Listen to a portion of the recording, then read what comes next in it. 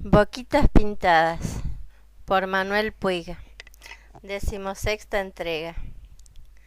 Sentir que es un soplo la vida, que 20 años no es nada, que febril la mirada errante en la sombra te busca y te nombra. Alfredo Lepera. Aviso fúnebre. Nélida Enriqueta Fernández de Massa, que en paz descanse, falleció el 15 de septiembre de 1968. Su esposo, Donato José Massa, sus hijos, Luis Alberto y Enrique Rubén, su hija política Mónica Susana Schultz de Massa, su nieta María Mónica, su futura hija política Alicia Caracciolo, su padre político Luis Massa, ausente.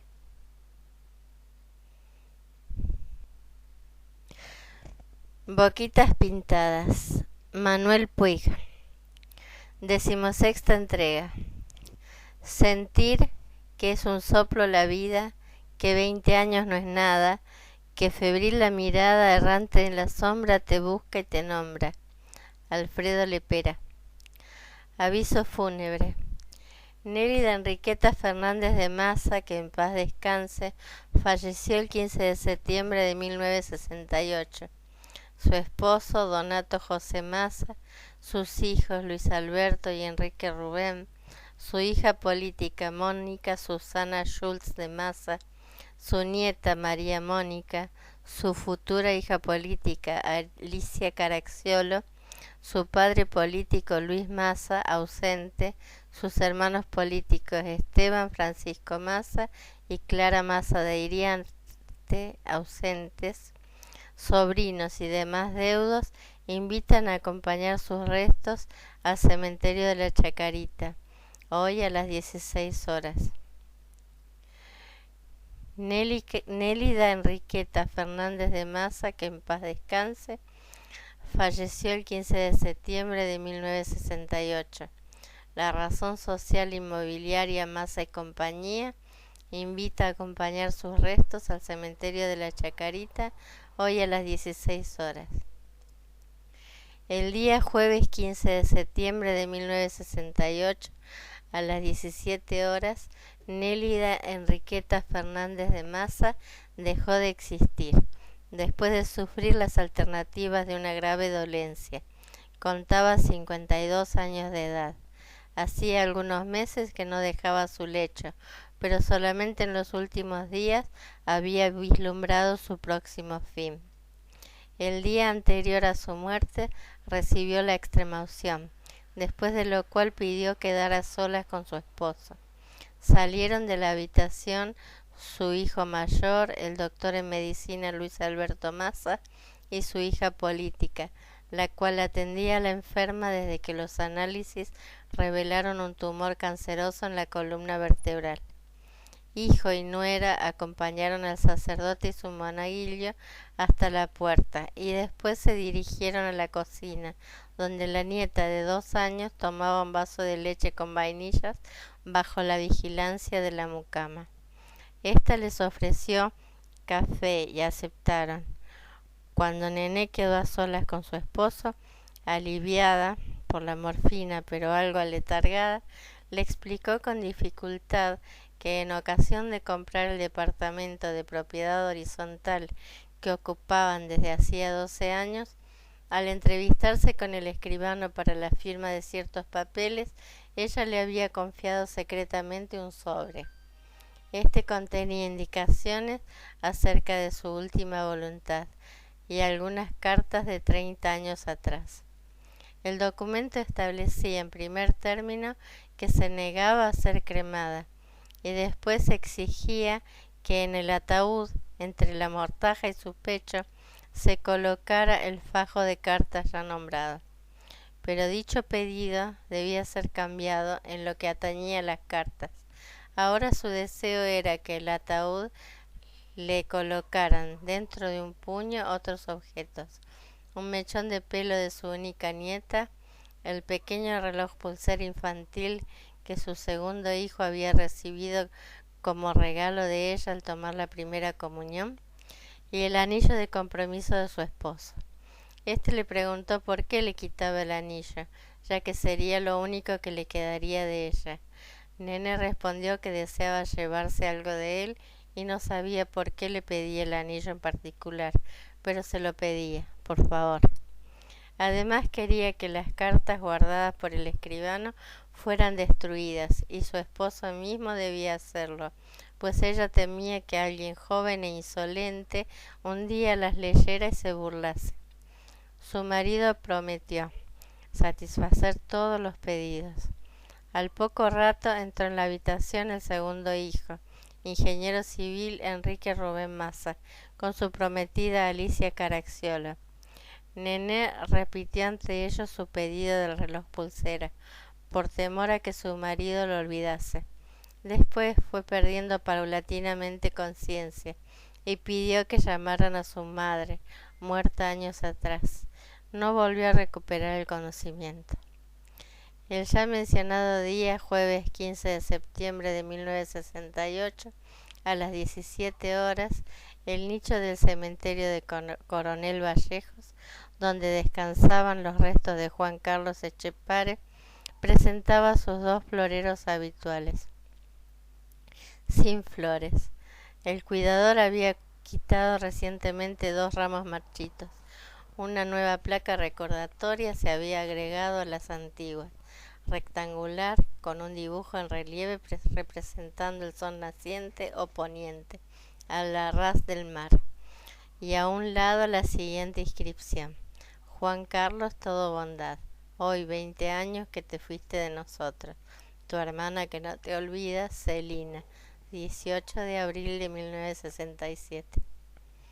Los demás nichos del paredón estaban ocupados, y a uno de los lados se había levantado 2 paredones más. Entre otros se leían los siguientes nombres: Antonio Sáenz, Juan José Malbrán, Leonor Saldívar de Etchepare, Benito Jaime García, Laura Pozzi de Baños, Celedonio Gorastiaga, etc. El ya mencionado día jueves 15 de septiembre de 1968, a las 17 horas, María Mabel Sáenz de Catalano se aprestaba a recibir en su casa al último alumno del día. Todas las tardes, después de ejercer como maestra del turno de mañana en un colegio privado del barrio de Caballito, daba a domicilio clases particulares para niños de los grados primarios. Sonó el timbre y su hija María Laura Catalano de García Fernández, de 24 años de edad, abrió la puerta. Entró una niña alumna, quien divisó en un rincón de la sala al nieto de su maestra y pidió permiso para levantarlo en brazos. Mabel miró a su nieto, Marcelo Juan, de 2 años de edad, con las extremidades izquierdas dentro de aparatos ortopédicos, sonriendo en brazos de la alumna. Había sido atacado de parálisis infantil y Mabel, a pesar de contar con la jubilación correspondiente a sus 30 años como maestra de escuela pública, trabajaba todas las horas posibles para ayudar a solventar los gastos médicos. Su nieto estaba en tratamiento con los mejores especialistas. El ya mencionado día jueves 15 de septiembre de 1968, a las 17 horas, los despojos de Francisco Catalino Páez yacían en la fosa común del cementerio de Coronel Vallejos. Solo quedaba de él su esqueleto y se hallaba cubierto por otros cadáveres en diferentes grados de descomposición, el más reciente de los cuales conservaba aún el lienzo en que se los envolvía antes de arrojarlos al pozo por la boca de acceso. Esta se encontraba cubierta por una tapa de madera que los visitantes del cementerio, especialmente los niños, solían quitar para observar el interior. El lienzo se quemaba poco a poco en contacto con la materia putrefacta, y al cabo de un tiempo quedaban al descubierto los huesos pelados. La fosa común se hallaba al fondo del cementerio, lindante con las más pobres sepulturas de tierra. Un cartel de lata indicaba osario, y diferentes clases de yuyos crecían a su alrededor. El cementerio, muy alejado del pueblo, estaba trazado en forma de rectángulo.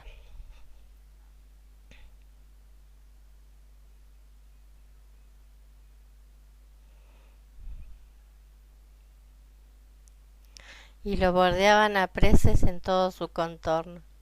La higuera más próxima se encontraba en una chacra situada a poco más de 1 kilómetro, y dada la época del año se encontraba cargada de brotes color verde claro. El ya mencionado día 15 de septiembre de 1968, a las 17 horas, Antonia Josefa Ramírez, viuda de Lodiego, se trasladaba en sulky desde su chacra hasta el centro comercial de Coronel Vallejos, distante 14 kilómetros. La acompañaba su hija Ana María Lodiego, de 21 años de edad. Se dirigían a las tiendas para continuar con las compras del ajuar de la muchacha, próxima a casarse con un tambero vecino. Raba sentía mucha alegría de ir al pueblo, donde vivían sus 4 hijastros, ya padres de 11 niños, que la llamaban abuela. Pero su mayor satisfacción consistía en visitar a su hijo Pancho, instalado en un chalet de construcción reciente. Raba preguntó a Ana María si convendría más comprar las sábanas y toallas en Casa Palomero o en Alvarato Argentino. Su hija contestó que no compraría lo más económico, sino lo que más le gustase. En sábanas y toallas no quería ahorrar. Raba pensó en Nené, la empaquetadora, a quien no veía desde hacía tanto tiempo, cuando la fue a despedir a la estación de tren en Buenos Aires. 30 años atrás. Pensó en que si Nené hubiese estado en Vallejos, la habría invitado para el casamiento de su hija. Después pensó en Panchito y en la bolsa de legumbres y el cajón de huevos que le llevaba de regalo. Panchito tenía una casa nueva y Ana María estaba por casarse, pensó con satisfacción Raba. Esa noche cenarían en casa de Panchito y no sería considerado una carga porque llevaba buenos regalos. El sulky se sacudió debido a un pozo del camino. Raba miró el cajón de huevos. Su hija le reprochó haber traído tanta cantidad. Raba pensó que Ana María tenía envidia de la casa de Panchito. Todo había marchado bien desde la entrada del muchacho en ese taller mecánico. El dueño le había tomado aprecio y la hija del dueño se había enamorado de él. Claro que Panchito, considerado entre las chicas del pueblo como muy buen mozo por su físico atlético y sus grandes ojos negros, podía haber elegido como esposa a una muchacha más linda, pero la hija del dueño había resultado ser muy buena ama de casa. No era linda y tenía ese defecto en la vista, pero ninguno de los 3 hermosos niños había nacido visco como la madre. La casa de Panchito había sido construida por su suegro en los fondos del solar, donde se levantaba junto a la acera el taller mecánico. Como regalo de bodas había sido escriturada a nombre de la pareja. De vuelta en su departamento, después de la entrevista con el escribano, Donato José Massa se sentía muy cansado. La casa estaba a oscuras, la doméstica se había retirado a las 3 de la tarde como de costumbre y su hijo menor no volvería hasta más tarde. Pese a insistírselo tanto, su hijo mayor no había aceptado permanecer con su esposa e hija en la casa, como durante los últimos meses de la enfermedad de Nené. Este primer año era el más difícil de sobrellevar, pensó el señor Massa. Después su hijo soltero se casaría y traería a su esposa a vivir a ese departamento, demasiado grande para 2 hombres solos. Prendió la luz de un viejo velador con pantalla de tul y se sentó en un sofá de la sala. El juego de sofá tapizado en raso francés no estaba protegido por las fundas de tela lisa color marrón. Para evitar el deterioro, Nené quitaba las fundas solamente en ocasiones especiales. Su nuera las había quitado la noche del velorio y no había vuelto a colocarlas. El señor Massa tenía en la mano un sobre. Lo abrió. Adentro había 2 grupos de cartas, uno atado con cinta celeste y otro atado con cinta rosa. Notó enseguida que el de cinta rosa tenía letra de Nené. Desató el de cinta celeste y desplegó una de las cartas, pero solo leyó unas pocas palabras. Pensó que Nené sin duda desaprobaría esa intromisión. Miró el raso de los sofás, parecía nuevo, y eran casi imperceptibles las manchas de café y licores producidas la noche del velorio. La casa estaba en silencio. Pensó que Nené había dejado un vacío en la casa que nadie llenaría. Recordó los 2 meses que habían estado separados a raíz de un incidente penoso, muchos años atrás. No se arrepentía de haber superado todo orgullo para ir a buscarla a Córdoba, donde ella se había refugiado con los 2 hijos. Frente al incinerador del piso, instalado a un lado del ascensor, colocó las cartas en el sobre y las arrojó por el tubo negro. Las cartas atadas con la cinta rosa cayeron al fuego y se quemaron sin desparramarse.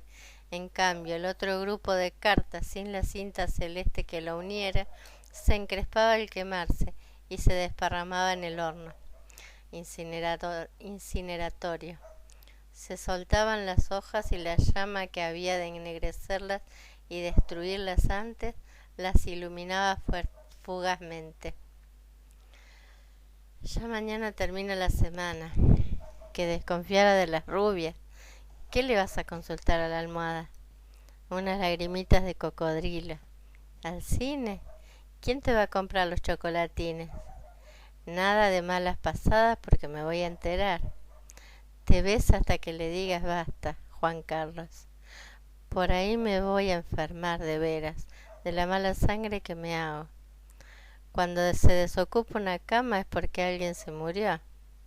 Te juro, rubia, que me voy a conformar con darte un beso. No digas a nadie, ni en tu casa, que vuelvo sin completar la cura. Yo hoy hago una promesa, y es que me voy a portar bien de veras. Muñeca, se me termina el papel, porque ahora siento que te quiero tanto. Mirá, rubia, ya de charlar un poco con vos me siento mejor. ¿Cómo será cuando te vea? Te quiero como no he querido a nadie. También hay un hospital en Cosquín. Ni bien tenga más noticias te vuelvo a escribir. El agua del río es calentita. Vos también estás lejos.